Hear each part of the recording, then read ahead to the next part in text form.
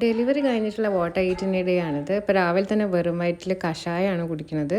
ഞാടി കഷായം എന്നാണ് ഇതിൻ്റെ പേര്. ഇത് വലിയ ഇഷ്ടമായിട്ട് കുടിക്കുകയല്ല, പിന്നെ അമ്മയും അച്ഛനും കഷ്ടപ്പെട്ട് തരുന്നത് കൊണ്ട് കുടിച്ചു എന്ന് മാത്രം. അപ്പോൾ അതിൻ്റെ കയ്പ്പ് പോകാൻ വേണ്ടിയിട്ട് ഞാൻ കുറച്ച് പിസ്തയും കൂടെ പെറുക്കി കഴിക്കുന്നുണ്ട്.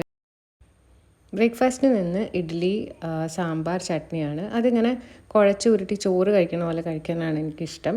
അതിൻ്റെ കൂടെ തന്നെ പാലിൽ കുറച്ച് മഞ്ഞൾപ്പൊടി ഇട്ടിട്ട് അങ്ങനെ കുടിക്കാറുണ്ട്. ഇത് അലർജിയൊക്കെ ഉള്ളവർക്ക് നല്ലതാണ്. പാല് വെറുതെ കുടിക്കുമ്പോൾ എനിക്ക് തുമ്മലൊക്കെ വരാറുണ്ട്.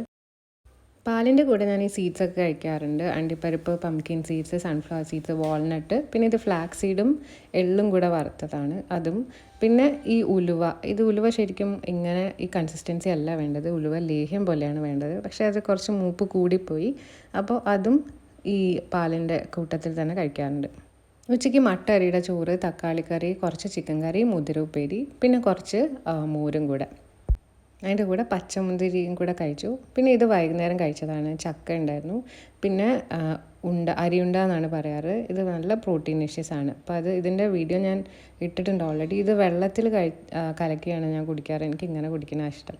പിന്നെ വീണ്ടും വൈകുന്നേരം കഷായം ഉണ്ടായിരുന്നു. അതിൻ്റെ കയ്പ്പ് മാറാൻ വേണ്ടിയിട്ട് ഇന്ന് അരവണ പായസമാണ് കഴിച്ചത്. പിന്നെ രാത്രി ചപ്പാത്തിയും അതുപോലെ ചിക്കൻ കറിയും കഴിച്ചു.